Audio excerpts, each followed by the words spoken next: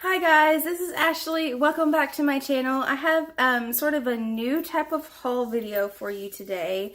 I do a lot of like squishies, mystery unboxing, a lot of like bargain bin hunting things that I find hauls. So if you're interested in that kind of stuff, go check out my videos. I actually just did a box lunch and a Hot Topic haul, which are probably going to go up at different times.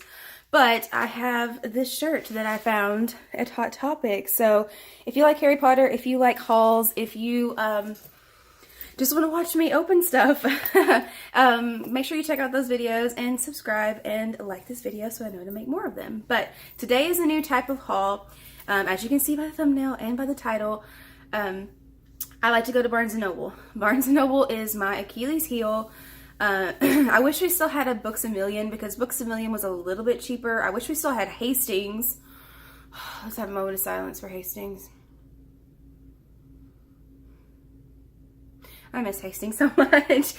But anyways, Barnes & Noble is kind of like my go-to place to get books now because it's really the only place that we can go besides like Walmart or Target. So I like to go and look for new books. I love to read. I'm a teacher, quintessential teacher, loves to read. So I wanted to show you some of the books that I have bought over like this past month, essentially, kind of after Christmas. It was like January, like mid-January, that I found a bunch of books that I was interested in. It was sparked by one particular book, which I've already read, and I'll kind of give you a review of it. I thought that'd be kind of fun to do, to kind of like read a book, give my opinion, my review of it, and maybe you could go get it yourself if you want to. I also want to mention that, I don't know if any of you know, if you're a reader, you probably know about the website called Goodreads, goodreads.com. Not sponsored, but I love goodreads.com. It's basically where you can build your own bookshelf of books that you have read, and you can also choose books that you want to read. You can even like mark where you are in a book so that people can see. It's like Facebook for books. But you can also explore different types of books. You can leave reviews for books. You can even get in touch with like authors sometimes, and you can do giveaways. So I love Goodreads. Go check it out. I'll probably try and link below my new account. I had one that I had to make for college. They made us do it for college. But I'm making a new one so that I can start compiling all my new books. I also have a challenge. I know it's going to be a long intro, but I also have a challenge that you can challenge yourself to read so many books. I have a challenge of reading 50 books this entire year. So there's 52 weeks in a year, so we'll see how that works. But if you want to join me on Goodreads, I'll try and link that below and make your own. It's kind of cool to see what other people are reading, what people are interested in. So my favorite types of books that I like to read, I actually love to read like young adult type literature. It's always appealed to me. I mean, I love Harry Potter. It's like my favorite book series ever. So I do like fantasy sometimes. Sometimes it can be a little bit over the top. I do like science fiction. Again, sometimes it can be a little over the top. But my favorite is like thriller, psychological thriller, mystery. But it has to be very grounded in realistic fiction, essentially, is what I like. So I'm going to show you some books that I got today. Some of these you've probably seen before. Some of these have a little bit of a following. There's one that already has a movie. And there's one that's not even really like a readable book. And I'll show you in a second. So the first one that kind of sparked me wanting to buy all these books all of a sudden is the book called Wh3n. And there's the cover. It says, "Would you want to know?" And if you can notice, there are like dates above people's heads. Okay, this is by Victoria Laurie. I think this is her first book that she's published. I want to say it's her first. I can't really remember. But anyways, this is an awesome book. So another English teacher actually recommended this to me. And as soon as I heard about it, I was like, I got to get it. I got to read it. I want to find out what's happening. So this is, it's realistic fiction, but it's also got like a, I guess I would say like a fantasy twist a little bit to it. It has to do with like psychics. Okay, kind of psychic. So I'll go ahead and read the back of the book. I'm going to review this book now, and then I'll just show you the other ones because I'm in the midst of reading one of them, and then I'll go on to the next ones. So maybe look out for more in the future. Leave a like if you think this is cool. If not, okay. But anyways, I'm going to go ahead and review this one real quick. I'll read the back to you as well. So what I always tell my students, when you're picking a book, look at the cover, look at the title, read the back, read the first page. Some people read the last page or the last chapter. That drives me insane. I'm the kind of person that wants to start from the beginning to the end. If I come in the middle of a video or in the middle of an episode like on TV or something, I'm like, nope, not going to watch it. I'll wait till I can watch it from the beginning. I'm just that crazy. Trixie! She doesn't like it when I film because none of the attention is on her. So anyways, this is the book Wh3n by Victoria Laurie. I'll read the back. Maddie doesn't have a choice. The forehead of every person she sees is marked by the shadowy digits of their death date. Her unique, innate skill often feels more like a curse than a gift, and Maddie grudgingly puts it to use identifying death dates for the paying customers her mother reels in. It seems like a straightforward way to help support her family, until one client's young son goes missing on the exact date Maddie has pinpointed, and she gets pulled into a homicide investigation that turns her world upside down.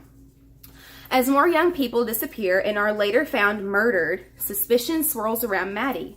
At once a suspect in the investigation, a target for the murderer, and a partner in a tantalizing dance with a boy who might be connected to it all. Could Maddie also hold the key to cracking the case? This perfectly plotted, high-stakes, fast-paced thriller marks New York Times best-selling author Victoria Laurie's young adult debut, so here's her first book, and brims with depth, heart, action, and romance. So if any of that sounds like appealing to you, because that's what appealed to me, you should read this book. I will say, it's realistic fiction in the fact that it's like based on real people, real times, present times. It does have that little element of kind of fantasy because she can see the death dates of people on their foreheads. But at the same time, it seemed a little bit, I don't want to sound mean, but it's a little bit unrealistic in a way. So Maddie has, her mother is an alcoholic, and Maddie is very young. I want to say she was like 14 or 16, somewhere in there. But she's very young, and she kind of gets like left on her own, and that actually does happen in real life to people, unfortunately. But she has to basically take care of her mom, so the roles are reversed. But then there's a point where her mom has to go kind of into a rehab. I'm not going to give away everything, I promise. I will not give away the end. And her uncle tries to help her because he's a lawyer, but he kind of lets her stay on her own in the house by herself. And I'm like, I don't know if that would work out because he lives like almost an hour away in New York City. I don't know. That just sounds a little bit like almost too unbelievable, but I will say it is very fast-paced. It is very interesting and intriguing. There is a really great plot twist, but if you've read books like this before, you could probably figure it out. Like, I'm a little bit older. I've read a lot of books, but if you're like the age of, 12 to 16, you maybe not have read so many books, and it'll be like a twist, a surprise to you. You start putting the pieces together, like towards the end. It does start off a little bit slow, but it gets very interesting and picks up really fast. So she has a friend who they're trying to actually figure out if they can change the death dates, because all she's ever done is just told people for money because her mom wants the money. That's the only way they really get income, since her mom's an alcoholic, and she's still in school. Sorry, I say all the time. Working on that. So she tries to see if she can change the death dates at any point, if like warning them or trying to stop them from doing something. And her best friend tries to do that, and he gets wrapped into this as well. So I don't know. It's a really good story. It's pretty fast paced. It's very thrilling. I read this pretty fast. If I had more time, I probably could have read it in an entire day, but I just don't have time. But yes, this is a very good book if you like fast-paced thrillers, and if you like a little touch of romance, but not like overly sickening, because I can't stand that kind of stuff. But it's very thrilling. It's different, as in she can see the death dates, and it makes you think. I like books that make you think. I mean, I thought about this book for a long time after I read it. It's like, that's really interesting. I love things that bring like a new concept to them. So pick up the book Wh3n. It is awesome. It's a very good read. It looks like a lot of pages, but trust me, you will get through it really fast and you will want more. So that is my first book review. If you like stuff like that, let me know. Maybe I'll review the next ones that I read. So here are the other books that I bought. I am in the midst of reading this book. This is by Lauren Oliver. Yeah, she's the author of Before I Fall. I don't have that book, but I listened to it on Audible. So I listened to the entire book. I want the book. I'm like one of those weirdos. Excuse me, I'm drinking coffee.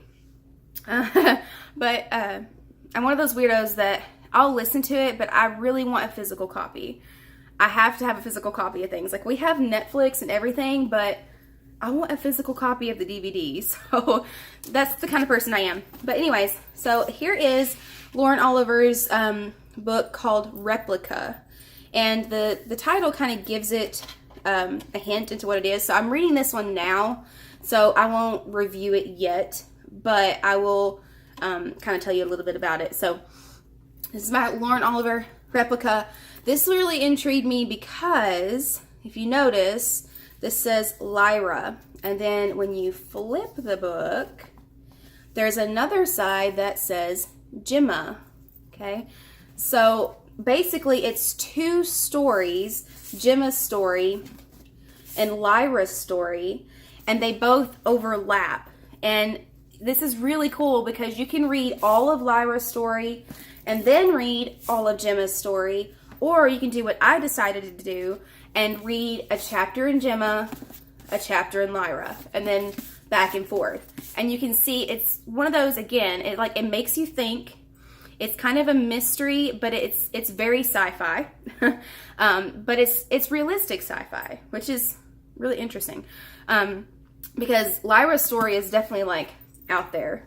And then Gemma's story is so grounded that they're so contrasting, but then they overlap at the same time. It's like, whoa. So once you read one chapter, you're kind of like, okay, I want to find out what's happening in the other story. How does this relate to this person? So you go and read this one, you're like, oh, that name, I know that name, or I understand that kind of stuff really gets me. So if you like that kind of like piece it together, figure it out, like sci-fi along with realistic, this is really cool. Again, it's a tiny bit out there because Gemma ends up like kind of going cross country without her parents knowing, but I mean, you forgive that in a lot of these books. Like Wh3n, you forgive that it's a little bit unrealistic because it's such a good book. So I'm excited to finish reading this one. I already kind of told you a little bit about it. I'll read the inside just really quick. The rest of them I probably won't until I actually read it. But I've been reading this one. I'm on chapter, I try to stop at a chapter every time. I'm on chapter 8 on both sides. So about a third of the way into each story. So it says 2 girls, 2 stories, 1 epic novel. Gemma has been in and out of hospitals her whole life. A sickly child, she has grown into a lonely adolescent whose life is circumscribed by home, school, and her best friend April. But after she is nearly abducted by a stranger claiming to know her, Gemma starts to investigate her family's past and discovers her father's mysterious connection to the secretive Haven Research Facility. Hungry for answers, she travels to Florida only to stumble upon 2 replicas, 24 and 72, and a completely new set of questions. As Gemma tries to unravel the mysteries of Haven, she learns terrible truths about herself and her family that will threaten to destroy everything she loves. While the stories of Gemma and Lyra mirror each other, each contains breathtaking revelations critically important to the other story. Their narratives can be read separately or in alternating chapters. That's what I'm doing. In either case, the 2 distinct parts of this astonishing novel combine to produce an unforgettable experience for its 2 young heroines and for the reader.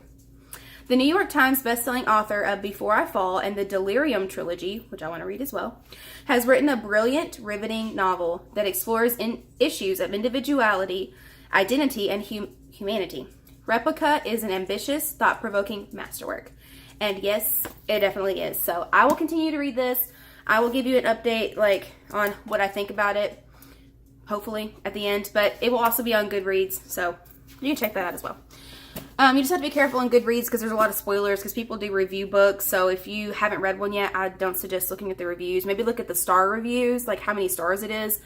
But there's a lot of spoilers sometimes. Okay, I'm just going to go through real quickly on the ones that I bought on top of this. So as soon as I finished reading Replica, I'm not one of those people that can pick up multiple books at a time. I love to focus my attention fully on one book at a time. So after I read Replica, then I'll probably go to one of these next three. So this one is actually made into a movie. It's kind of an older movie. I've never watched the movie. I honestly would much rather read the books first and then watch the movie, but I have watched movies before and then read the books, and it still is different because the book is always different than the movie. So yes, this is The Lovely Bones. This is by Alice Sebold. Sorry, I don't know how to pronounce that. But this is a very popular book, like I said, that became it's a national bestseller, and they even made it into a movie that I have not watched yet. So let's see. The Lovely Bones, national bestseller. I'm trying to see if there's like a preview into it. I think I just read online like a preview into it. Excuse me. Let's see. Nope, not really. But anyways, I read it, the synopsis. Well, not a synopsis, but like a teaser on Goodreads, and I thought, I really do want to read it before I watch the movie. So yeah, I think there's a reader's guide inside. Yeah, there's a reader's guide. That's pretty interesting. But anyway, I think it has to do with, if I remember correctly, it's basically a girl who has passed on. She's died, and she's able to, she knows who her killer is, and she's like able to oversee what's going on afterward, and she tries to manipulate into people figuring out who her killer is so she can move on. I believe that's what it is. If not, I'm sorry. So anyways, The Lovely Bones is on my next to read list. The next thing is a Laurie Hollis Anderson book. She wrote the book Speak, which is a very good book. It's a very short, quick read. It is also a movie.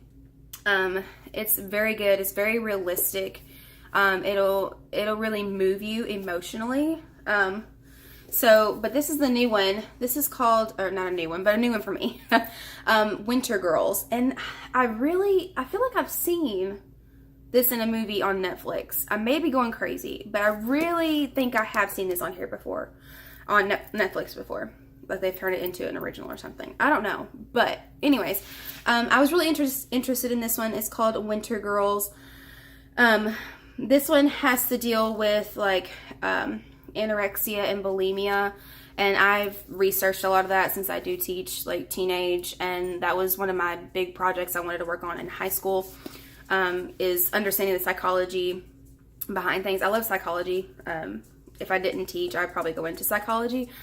But college really sparked me into reading more about the psychological factors of it, being able to notice in like my teenagers, the warning signs and how to help with it and stuff. We don't really have that big of a problem where I live, but it's basically a disease that, you know, is very detrimental to the human health, and I want everyone to be, you know, alive and happy. So anyways, so this is called Winter Girls, and it's basically like the girls are kind of in a competition to see who can become the thinnest.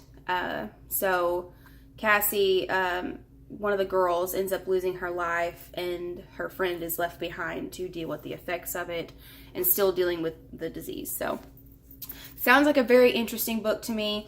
It kind of reminds me of another book I read in high school. Oh, what was it called? One of them is called Lust. Shoot, I'll have to look it up and find out. But it's like a blue cover or a pink cover, and it has like an outline of a girl on it. If you know, let me know. I read it and I don't remember what it is. Shoot, that's gonna like plague me forever. But anyways, okay. So yeah, this is one of my next reads. And the next one I kind of picked up recently. I've never heard of Natasha Preston before. But this is a New York Times bestseller as well. So if you are interested in like reading books that are New York New York Times bestsellers. Like, look them up. They're usually like some of the best books to read. But this is called The Cellar. This author has some other books as well, like one called Awake and one called The Cabin. And they are psychological thrillers that are based in reality. So this could literally happen. It has literally happened before. If you watch the news or anything, this kind of stuff happens. That's the thing that I like to read the most, because it kind of puts you in that situation without being in it. There's like psychology behind that as well. That's the reason that we like those kind of stories, those kind of crime things and stuff like that. It's because we can be put in this situation but not really feel like we're in harm's way. So this was a very interesting story. It's called The Cellar. You can kind of tell by like the cover and by the title what it is. But basically it's a girl that has been kidnapped and is being trapped in a cellar. And her name is Lily. So here's the back of that. I'm not going to read the full thing on the back. But she was trapped in the cellar with the man who took her with 3 other girls. And the girls' names are Rose, Poppy, Violet, and then Lily. So they are his perfect flowers. And so I'm very intrigued by that kind of stuff. So if you like that as well, I'm going to read The Cellar at some point. I might read this one next just because it sounds so interesting to me. But yes, so that's on my next to read list that I got from Barnes & Noble. The last thing that I got from Barnes & Noble, well, the last book that I got from Barnes & Noble, there's a surprise at the end of this video. I hope you stay to watch the whole end of the video because there's a squishy surprise at the end of the video. So if you like squishies, hang on. So the other thing that I bought is not an actual like readable book. It is a like a prompt book. In high school and in college, I love to write. Like, my favorite thing to do is just write poems, write short stories. I love to write a lot. And since I've been teaching, I don't have as much time to dedicate to writing anymore. So I picked up this book, and it's called The Very Short Story Starter. But it's a bunch of prompts that you can fill in. So let me turn to a page. So, and they have like certain stipulations that you have to follow. So, like this one is Shorebird Song, only 200 words. So there's limits on like how long you should write, how many words you should write. There's inspiration from other writers. This prompt says, write a story starting with the word shorebird and ending with the word song. Within the body of the story include at least 2 of the following words: beseech, desultory, evanescent, and insouciant.